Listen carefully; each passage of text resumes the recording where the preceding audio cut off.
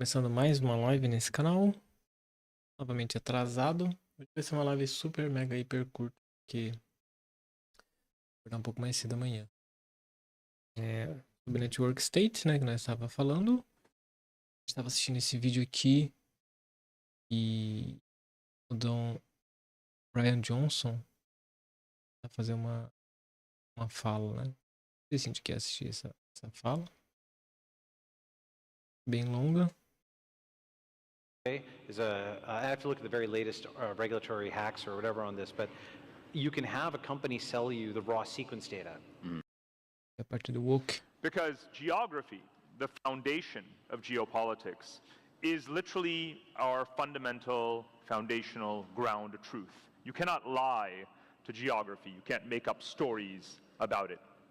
It is actually the most unsentimental of disciplines. In fact, it has such a simple definition. Business of Geography, the Past, Present, Future States. City-States 3.000 anos de Cristo, 1400 SE, circa for Christ. Não sei o que é SE, não lembro. Empires.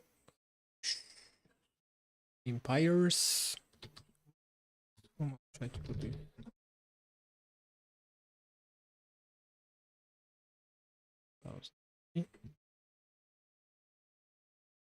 Geopolitics. It is the relationship between power and space. And geopolitics doesn't even care what type of entity you are, what type of state you even are. It's simply what is your relationship to space.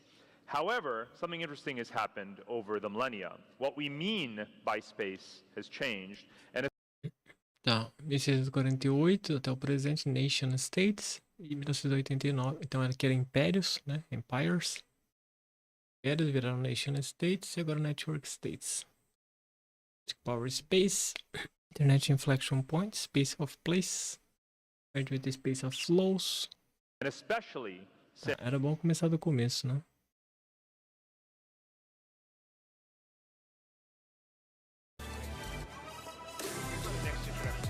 I am, yeah. Okay, so who am I introducing?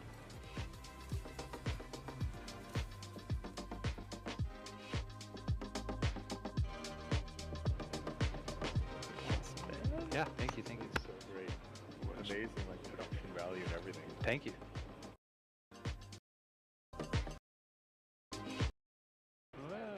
Wait, should I just go up and listen? Okay, we have more talks coming up, so maybe come back in a minute or two from your little friend, Parag Khanna. He's got an amazing talk on the periodic table of the states, so all the countries in the world and how they're organized. So without further ado, Parag. Hello everyone, good afternoon. Thank you, Balaji, and congratulations. So, I've always thought of Balaji as something of a brother from another mother, but our paths have actually diverged quite a bit. All the time that he spends on Twitter, I actually spend traveling. And where so many conversations with him will inevitably degenerate into a diatribe against wokeness, I realized that my discipline, geopolitics, is completely immune from that phenomenon. In fact, you will literally never see these two words side by side. Because geography, the foundation of geopolitics, is literally our fundamental, foundational ground of truth. You cannot lie to geography. You can't make up stories about it. It is actually the most unsentimental of disciplines. In fact, it has such a simple definition, geopolitics. It is the relationship between power and space. And geopolitics doesn't even care what type of entity you are, what type of state you even are. It's simply what is your relationship to space. However, something interesting has happened over the millennia. What we mean by space has changed, and especially since the invention of the internet, that is really true. But if you go back in time, think about all the different kinds of state forms that we have had years ago. as they aggregated, they became empires, territorial empires, vast empires, again, spanning the world. And then, of course, with the Treaty of Westphalia, we began to have sovereign territorial nation states such as we know them today. And now, do we, from particularly 1989 onwards, have... Esse aqui é antes de Cristo, esse aqui é depois, né? Porque esse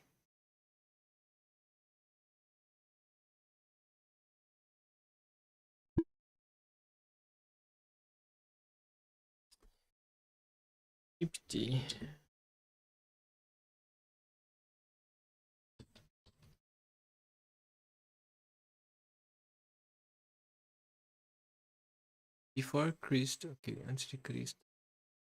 For Common Era, da Era Comum.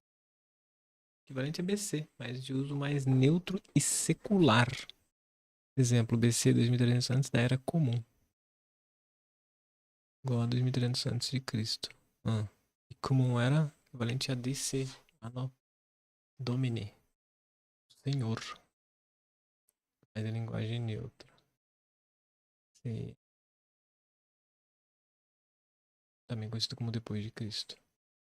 Então, City, State, Cidades, Estados, 3.600 a 1.400.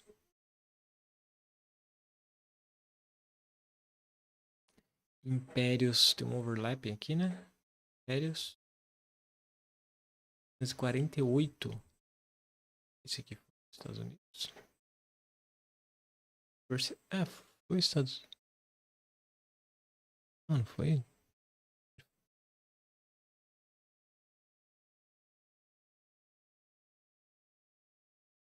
Nesse ano. Batalha dos Guararapes, Brasil. Sabia que era familiar esse.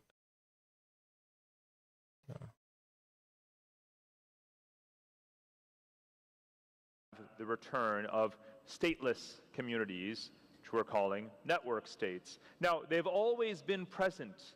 What you find is that you still have city-states today, right? We still have empires today. We have nations today, and now we have network states. And they're always... Interessante porque uma coisa não extingue a outra, né? Always overlapping and competing and forming different kinds of alliances with each other. And that is the swirl of geopolitics. It is not the static, bland discipline that so many people think it is. Now, why 1989? Well, depending on how old you are, that year has varying significance. For me, it was the year the Berlin Wall fell. Should have shown a photo, as others have done. I went and I sat on top of that wall. I got a hammer and a chisel, and I chipped away at it and brought little pieces of the wall back to all of my friends in the classroom. But for others, of course, probably for the digital natives here in the room, 1989 was, of course, the year that the World Wide Web was launched. So we think of it, we mark it as the beginning of this great new digital era that we are in. And for scholars in the geopolitical field, it marks, of course, the transition point where the notion of geopolitics only as physical territorial space versus spaces of flows, digital flows, where communities can interact in the world of ideas and communicate across borders in a territory-free way, where those started to come together. And so, whereas we think of sovereignty and territoriality as the fundamental conditions you have to meet to be a state, that's not really true. It's fundamentally about authority and about autonomy. Are you a coherent actor, a collective, such as many of you are, many of your organizations, and do you have some degree of autonomy from others, especially from traditional states themselves? And those concepts become very important as we move ahead. So the axiom to capture all of this that I wrote about in one of my books is that really competitive connectivity is the geopolitics of the 21st century. It's not just about who has the biggest territory, who has the biggest country. And the winning states, whether they're territorial or not, are going to be those that are the most connected in this network. And this principle applies to traditional geopolitics. So let's look at a couple of examples of how this is playing out in just the world of conventional nation states today. We do live in a multipolar world, and a lot of indices or rankings of power will simply simplify the world and boil it down to a G2. It's the US and China whoever wins gets to rule the world. If you think about things more not from the supply side of power, but the demands, taking dozens of different rankings and indicators spanning military powers and political size, economic size, many other kinds of variables, but blended it with other things around quality of institutions, quality of life, life expectancy, healthcare, education, and so on, obviously economic metrics and so forth, and constructed this index. And we came up with some pretty novel results. And it does, by the way, mimic the periodic table in a number of ways, where the atomic number and the atomic mass and the number of protons and so forth correspond to some of the scorings. And you have a strength score, a stateness score, and a stability score. And again, you're looking for the quality of a state, the durability of a state, not just is it big on the globe. And we came up with some interesting results where you see, for example, you have North American countries, European countries, and Asian countries all prominent. You have big states and small states, which very often don't really go together in the same indices. And you can use this data, which we're updating all the time, to answer some questions about which states are the most durable, which... A Suíça ali, ó. 13 de força. Estados Unidos, Canadá, Coreia do Sul. Coreia do Sul é um pouco maior. Stateless. Stateless, ok. Qualidade, ok. Let's see on the state quality. Cohesion, governance.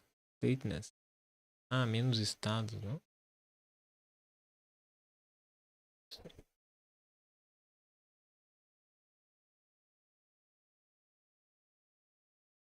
How do they relate to each other, and where you should live, where you should invest. So I'll give you a couple of really quick examples. We've been looking at, and this is really about not just reacting to the news, but anticipating it. Because if you pull in data like... Okay, BRICS, Global NATO, Nações Unidas, e Shanghai Cooperation Organization. So NATO, BRICS. Aqui tá de países. Tem um overlapping aqui. China, Irã e Rússia. Eles estão no BRICS. Shanghai Cooperation, é isso? Ah, tá, entendi. É esses dois. A Turquia, a Índia, a União... Emirados Árabes e a Arábia Saudita estão nesses dois. Não tem nenhum nos três, né? Não, esses estão nos três, né?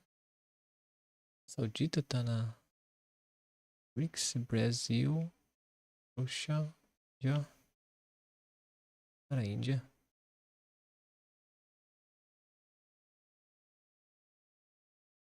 Like which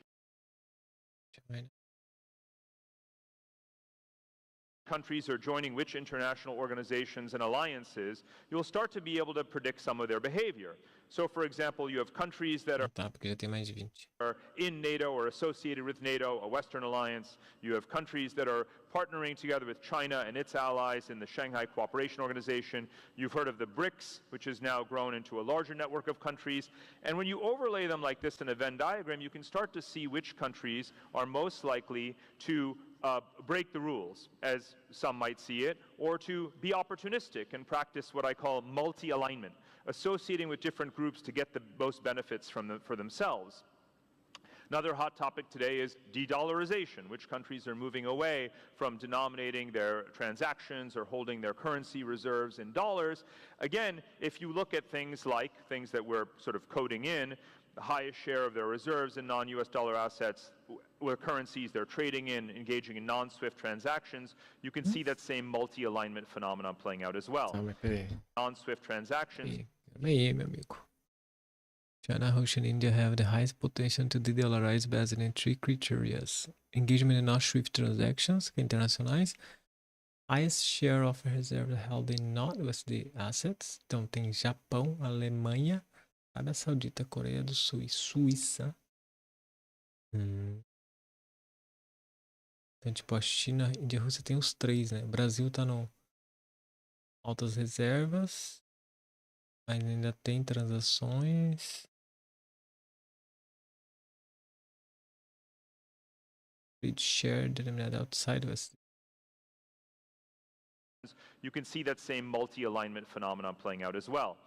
I heard someone today talk about the new Hanseatic League. This Que Irã não tá fazendo transação por causa da sanção, né? is a concept, idea I've been obsessed with for about 30 years because one of the places I went to high school, its license plate abbreviation actually is HH, Hansestadt Hamburg, which is Hamburg in northern Germany, which was one of the cities that was part of the Hanseatic League in the Middle Ages.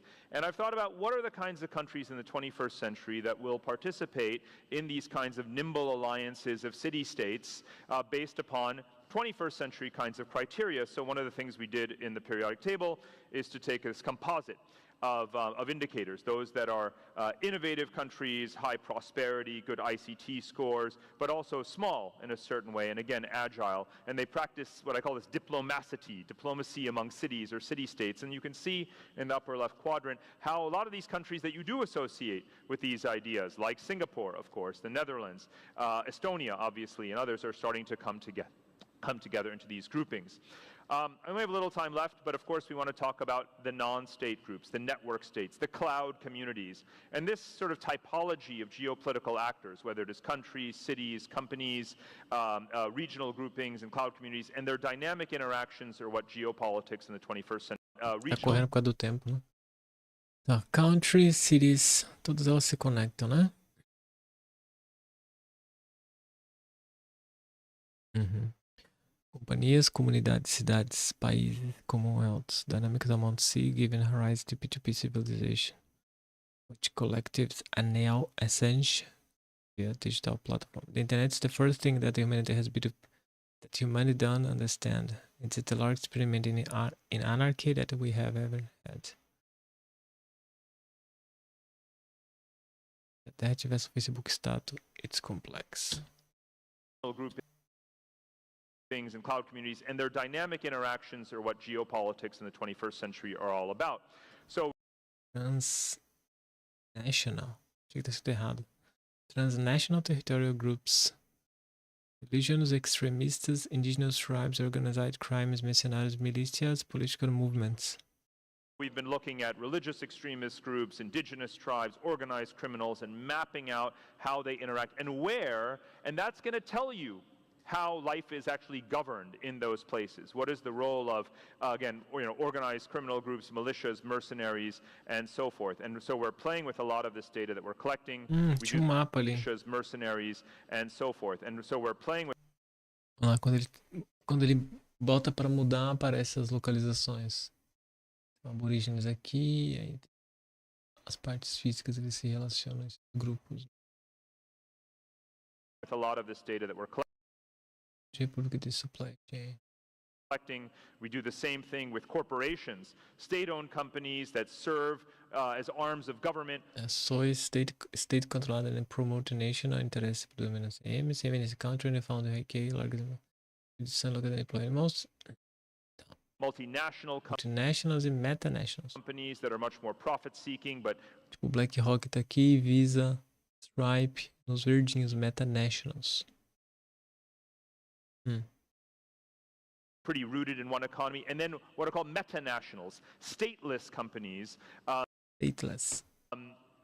That really serve themselves. Their plane of activity is not just countries, but supply chains. They exist to connect supply and demand, and they arbitrage taxes, technology, talent. And the types of companies that fall in that category now span not just technology, but finance, consulting, and other sorts of areas. So, final point. From founder mode, founding fathers. A lot of you are founders in founder mode, term we've all come to love in the last eu ouvi falar da The Rapper Nation. couple of weeks, and you're meeting the ground reality of geopolitics and governance. And so this is where the concepts of authority and autonomy and sovereignty and territory. Authority, autonomy, sovereignty, territory. Self-organization, self-sovereignty, unbounded, deployed governance service. IDs, proof, citizenship, credential, certification, merit, partnership. Interoperable marketplace to finance and digital service. Digital asset wallets, custodian service, secure communication, cloud storage, exchange for transactional goods and services. DAO with NFT passport, Bitcoin crypto native, plans real world cities. can cloud rule the land, border controls, immigration policy, autonomous governance, currency, crypto. Territory really come together, and the services that I've heard about today in this conference that are digital, platform-based, enabling governance to be on-chain are really going to thrive in the future, but they're also going to collide with national governments that want to set the terms of their territories, like border controls, immigration policy, who sets the rules of governance, what currency is used, and all of those kinds of things. And so, in using something like the periodic table of states, you can perhaps navigate. Programmer Geography meets Programmer Money. Então, Climate Analytics and Portfolio Modeling, Fund Construction. Climate Analytics and Portfolio Modeling, Fund Construction and Blockchain Marketplace, Governance Network, right. You manage the world like land bank marketplace for real assets. And governance network enabling mobility. Smart contracts, resilient assets, fractional ownership. Tá. Anticipate demand and create supply. Identify location and assets for GPLP. Platforms and funds, create a global rate, que é tipo fundos imobiliários americanos. Establish a blockchain marketplace for resilient assets and marketplace for NFT property deeds. Marketplace for sellers and brokers. Tokenize fractional ownership for investment in occupants. Deploy cryptocurrency for transactions. Modify governance and mobility rights. Upgrade migration protocol to grant residency. Investor and owners, migrants and professionals. Divorce, mobility, nationality towards the global passport for all. Better which countries you choose to ally with as your partners. I do believe in the end network states will be a durable layer in the geopolitical milieu on top of nation states, city states, empires, and so forth, and that we will bring these governance services on chain in the way that so many people here envision. And we as a company actually want to enable that very much so by mapping out the geographies that are the most high performance, that are going to attract obviously the founders and talent and technology investors that want to invest in real assets like land and territory, and even democratize access to those and create a tradable marketplace for those geographical assets. And that's ultimately where the ground truth of geopolitics comes together with the dreams and aspirations of cloud communities and network states. So thank you so much for having me with you today, and may the network state prevail. Thank you. Off age. Whoa. Wait. Tá certo. Off a Geo.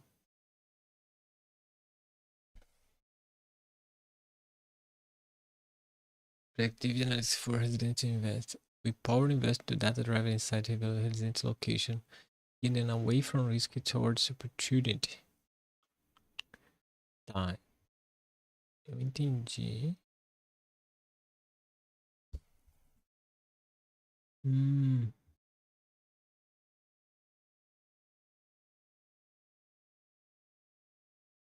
Data creation.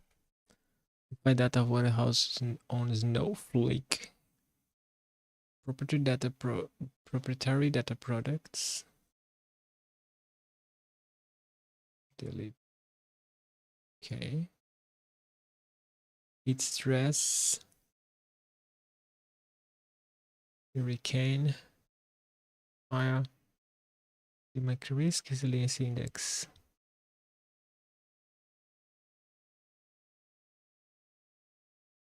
Governance divisory.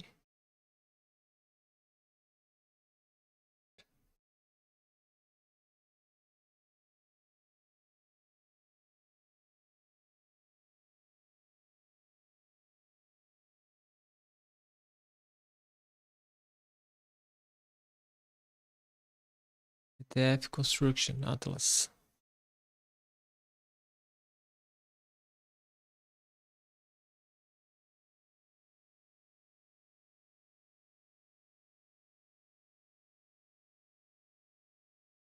See.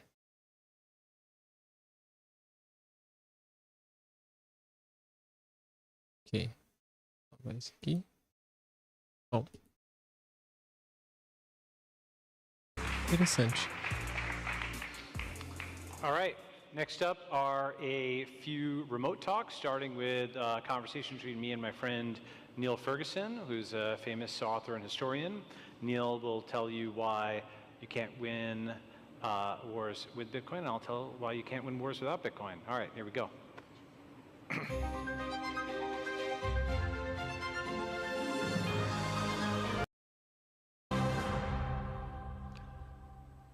Well, once upon a time, I was a Mormon missionary, knocking doors and sharing the gospel of Jesus Christ. And then one day I decided I didn't believe in it anymore. And so I quit and I went home. But I carried some important lessons from my experience being raised as a Latter-day Saint. One was just this incredible admiration for this successful pro-social culture, mostly built in the wilderness of a very wild and savage Utah. And that success is something that I carried into my research into government and governance. If I could find paths to replicate even a small portion of that for a broader world, that would be a success.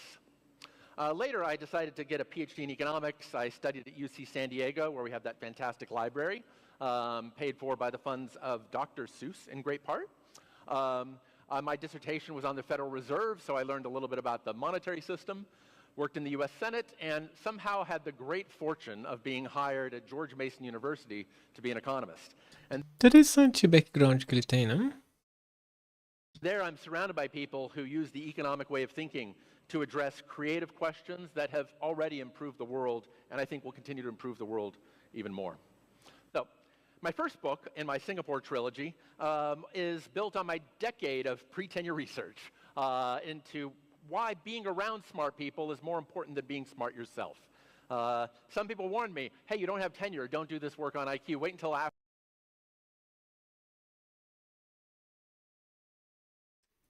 Due to my decade of pre-tenure research in the effective cross-country IQ difference.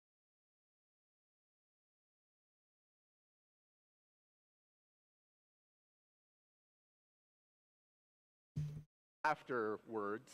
But I decided I wanted to sort of challenge academia in a way. I always knew I could find something else to do.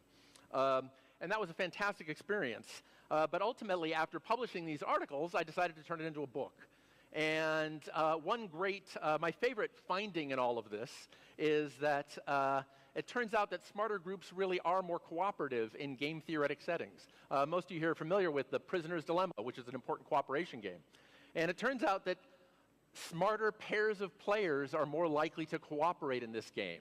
I found this in some research with my colleagues. It's been replicated at other labs. And then in other cooperation type games, it turns out that smarter pairs of players, not smarter individuals, smarter pairs of players are more cooperative. Smarter individuals, they can be quite Machiavellian and quite cynical. But smarter pairs of players, when placed into a game, bring out a sort of what you might call Machiavellian cooperation, a cynical form of cooperation based on self-interest and thinking about the future, a form of think win-win.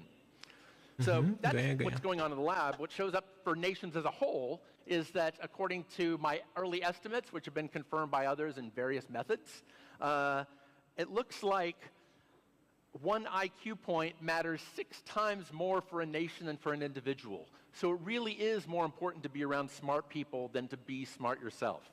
And I think these are both lessons for any state, virtual or real or something in between, which is that intelligence is a form of social intelligence, and intelligence is a driver of social cooperation, both of which are crucial for quality governance.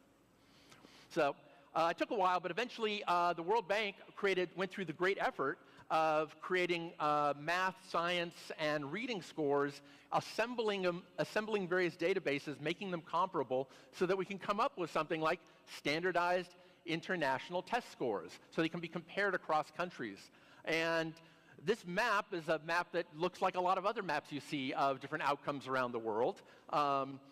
And for instance, GDP per capita, here I picked one that summed up in terms of years of education. This is the World Bank's estimates of this, turning test scores into years of education as a proxy.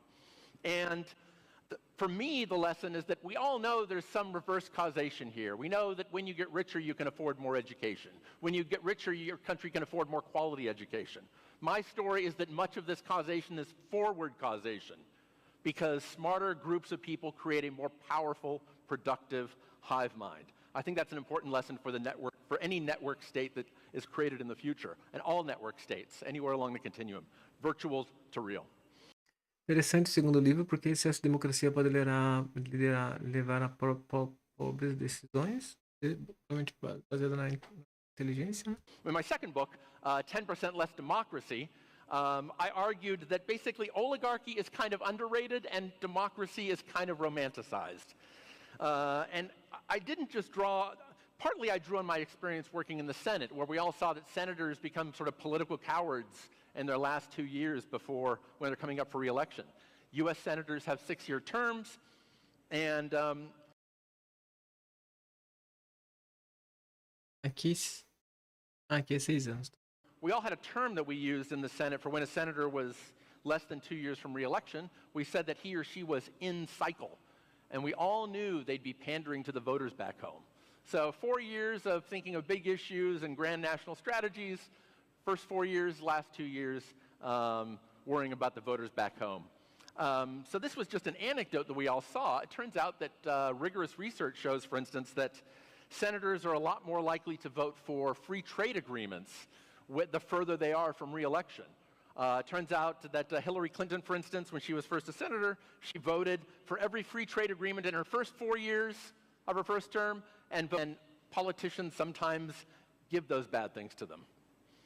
But also, I drew on research that was broader than just looking at the Senate. We'll see some of this later, whether we're looking at judges, whether we're looking at central banks. It turns out that small groups of elites, sort of various oligarchies, seem to be an important way that government gets run today, and they actually are relatively functional, especially when you compare them to the non-utopian alternative. I'm sure that your 5 favorite follows on Twitter, the 5 people on Twitter you like the most, I'm sure they would be better at government than the actually existing government that exists. But that's not what's on the menu. What's on the menu is, for most cases, elites versus the masses.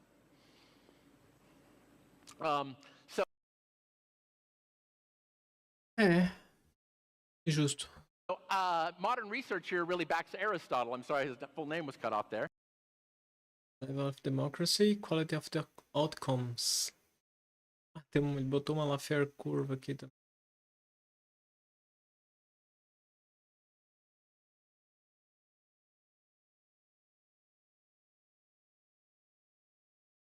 Até o ponto que constitution with a really well made combination of and But Aristotle argued that the best forms of government were some kind of blend of democracy with oligarchy. He used the term polity for that. And modern research, I think, finds some evidence for that. We might be on the wrong side of the democracy Laffer curve. At the very least, the romanticization of voter influence, it's time for that to weaken. And I think for network states as well, thinking about the fact that many important decisions will and should be made by small groups of well-chosen elites.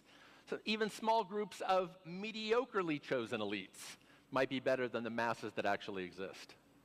So my third book is called The Culture Transplant, and my lesson there is that migrants ultimately never fully assimilate on average. The grand historical versions of this that have been studied are almost too obvious to mention. When Europeans moved to North America very violently, they did not assimilate to the productivity norms, to the cultural norms, to the agricultural practices of the Native Americans who were already there. Their assimilation there was essentially no assimilation at all. But to speak of Southeast Asia, the Chinese diaspora brought some of the grand values of the Ming and Qing dynasties across Southeast Asia and are now currently often, in both academic and non-academic settings, referred to as market-dominant minorities. Again, a generalization, true on average, many exceptions. But they have brought a lot of high productivity, exceptional economic excellence, and trade networks that are extremely valuable and that have been heavily studied. And that is a case where, again, they did not assimilate.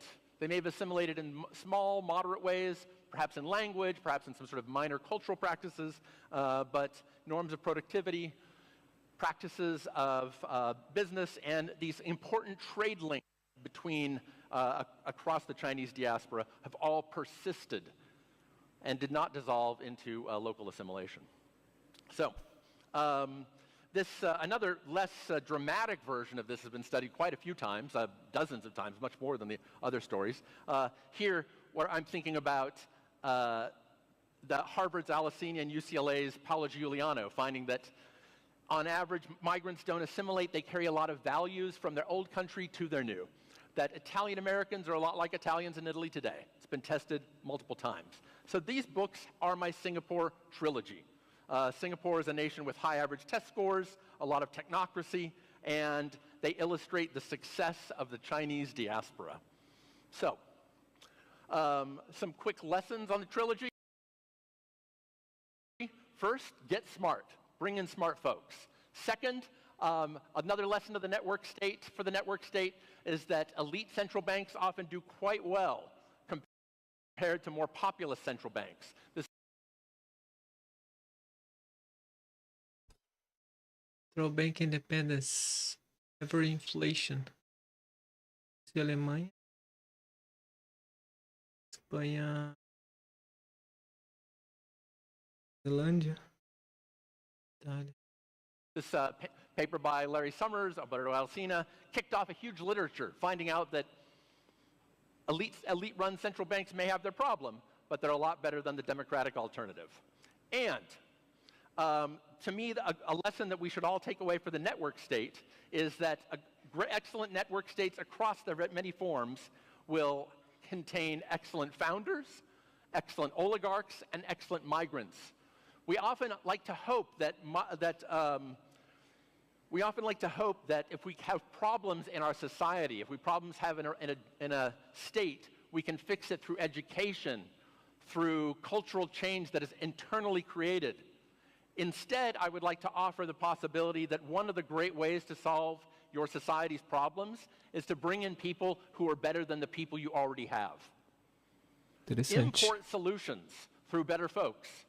If you think that your savings rate is too low in your country, one solution, sure, bring in. If you think that your savings rate is too low in your country, one solution, sure, bring in, you can try cutting taxes, you can try regulatory reform, or you could invite people who have historically come from cultures that have extremely high savings rates. Interessante, hack cultural, né? Então, por exemplo, a gente pode ter uma facilitação, tipo, abrir para trazer japoneses para Floripa, por exemplo. Eles são bons savings. So, the one lesson that I hope you all take away is that network states face the same problems as other states. They need smart individuals who will participate either informally or formally in the governance of the organization, and smarter groups on average are more cooperative. That is too important a channel to ignore. If you look here, I have links to free chapters of each of my books made available through Stanford University Press. And I hope that as people build network states of various diverse kinds, they remember that hiring a hive mind can be done by bringing in the best folks possible. You should staff your hive with the brightest and finest minds. Thank you. Bom, Garrett Jones. Like it. Vou dar outro like. Yep. All right. So next up is Kathleen Tyson, founder of Pacemaker Global, and she's going to talk to you about multi-currency mercantilism and why what comes after one reserve currency. Tá, eu vou deixar isso aqui rolando aqui.